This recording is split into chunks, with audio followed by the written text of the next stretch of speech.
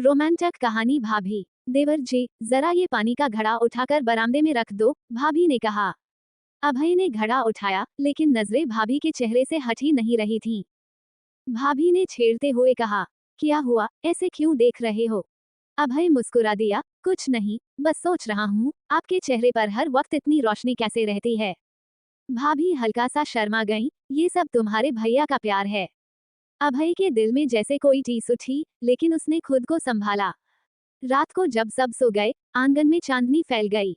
अभय अपने कमरे की खिड़की से बाहर देख रहा था, तभी देखा भाभी पानी भरने कुएं पर गईं। सफेद सूट में, खुले बालों के साथ, वो पल किसी सपने जैसा था। अभय आगे बढ़ा और धीरे से बोला, भाभी, आपको पता है, जब आप हंसती हैं ना, तो पूरा घर खुशबू से भर जाता है। भाभी ने उसकी आंखों में देखा, कुछ पल के लिए समय जैसे रुक गया। लेकिन अगले ही क्षण भाभी ने नजरें झुका ली। अभय, ये रास्ता ठीक नहीं है।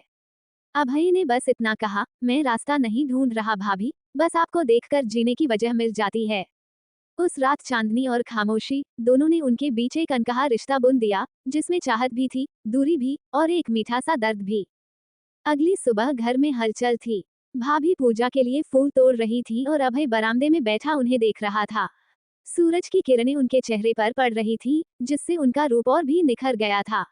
अभय ने हिम्मत करके पास जाकर कहा, भाभी, आज फूल तोड़ने का काम मैं कर दूं। भाभी मुस्कुराई, क्यों? कहीं फिर से मौका तो नहीं ढूंढ रहे पास आने का? अभय ने हंसकर कहा, मौका ढूंढना नहीं पड़ता भाभी, बस आप सामने आ जाएं तो दिल खुद खींच आता है। भाभी का चेहरा हल्का सा लाल हो गया, लेकिन वो कुछ बोली नहीं। दोपहर को, जब सब सो गए, तेज बारिश शुरू हो गई। आंगन में पानी की बूंदें टप टप गिर रही थीं। भाभी कपड़े समेटने बाहर आई, तभी उनका पांव फिसल गया। अभय ने तुरंत दौड़कर उन्हें थाम लिया। उनके हाथों में थरथराहट थी और आंखों में डर के साथ एक अजीब सी चमक। छोड़ो, कोई देख लेगा, भाभी ने घबराते हुए कहा। अभय ने उनके करीब आकर फुसफुसाया, डरिए मत भाभी, मैं किसी को हमारी आंखों की बातें नहीं सुनाने दूंगा। भाभी ने उसकी आंखों में गहरी नजर डाली, मानो कुछ कहना चाह रही हो, पर शब्द गले में अटक गए। बरसात की बूंदें उनके बालों से होकर अभय के हाथों पर गिर रही थी, और दोनों के बीच की दूरी जैसे खत्म हो रही थी। तभी घर के अंदर से आवाज आई, संध्या, कहाँ हो? भाभी झटके से अलग हो गईं और बिना कुछ कहे अंदर चली गईं। अभय वहीं खड़ा रह गया, दिल में एक कसक और होठों पर अधूरी मुस्कान के साथ। बरसात के बाद गांव में ठंडी हवाएं चलने लगी थीं। उस शाम अभय खेत से देर से लौटा। घर में हल्की सी अंधेरा था और भाभी अकेली आंगन में दिए जला रही थीं। दिए की रोशनी में उनका चेहरा सुनहरा लग रहा था। अभय पास आया और धीमे से बोला, आज तो घर में सन्नाटा है, सब कहाँ हैं? भाभी ने कहा, तुम्हारे भैया शहर गए हैं, सासू माँ मामी के घर। ये सुनकर अभय के दिल की धड़कन तेज हो गई। कुछ पल चुप्पी रही, फिर अभय ने धीरे से उनका हाथ पकड़ लिया।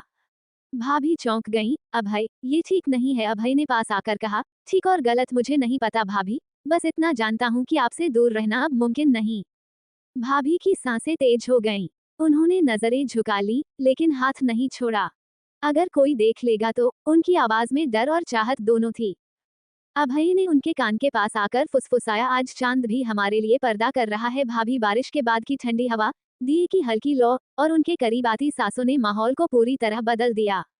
भाभी की आंखें अब भी झुकी थीं, लेकिन उनके होंठ कांप रहे थे, जैसे कुछ कहना चाह रही हों। तभी घर के बाहर किसी के कदमों की आहट सुनाई दी। भाभी झट से पीछे हट गईं और अभय ने खुद को संभाल लिया। दरवाजा खुला, गांव का डाकिया था, चिट्ठी देने आया था। लेकिन इस बीच दोनों के दिलों में जो आग जल चुकी थी, वो अब बुझने वाली नहीं थी। उस रात चांद पूरा आकाश में फैला था, लेकिन बादलों के पीछे छुप छुप कर झांक रहा था। घर में सन्नाटा था। भाभी अपने कमरे में लेटी थी, लेकिन नींद उनके आसपास भी नहीं भटक रही थी। खिड़की से आती ठंडी हवा और मन में उठती अनजानी हलचल उन्हें बेचैन कर रही थी। अभय अपने कमरे में करवटें बदल रहा था। आखिरकार वो उठकर धीरे धीरे भाभी के दरवाजे तक आ गया।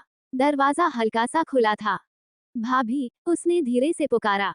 भाभी चौंककर उठ बैठी, अभय, तुम? इस वक्त? अभय अंदर आया और दरवाजा धीरे से बंद कर दिया।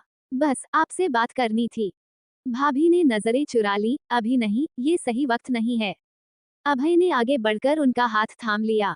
सही वक्त तो तब होगा जब आप खुद अपने दिल की सुनेंगी, भाभी। भाभी की सांसें तेज हो गईं। उनका दिल जैसे कह रहा था कि अब और दूर रहना नामुमकिन है।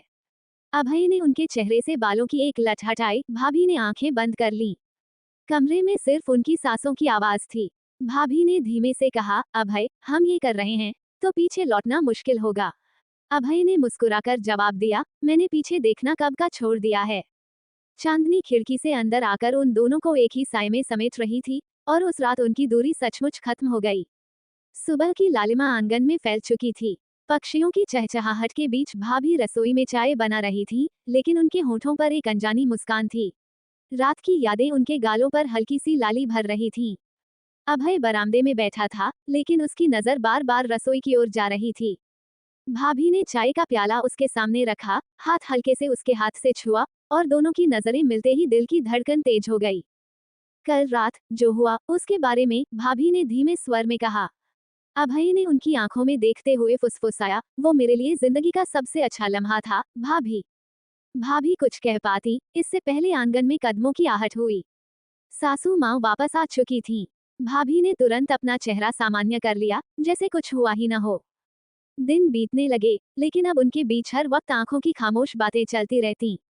कभी आंगन में पानी भरते हुए हल्का सा स्पर्श, कभी छत पर कपड़े सुखाने के बहाने पास आ जाना। हर बार दिल में एक मीठा डर भी साथ होता, कहीं कोई देख न ले।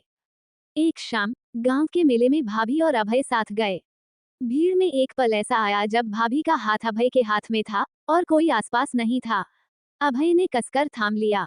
काश ये भीड़ कभी खत्म न हो, ताकि हम ऐसे ही साथ रह सकें। भाभी ने मुस्कुराकर कहा, अभय, चाहत जितनी छुपी रहे उतनी ही गहरी होती है, लेकिन उन्हें पता नहीं था कि उसी भीड़ में एक ऐसा शख्स था जिसने उनकी ये नजदीकी देख ली थी।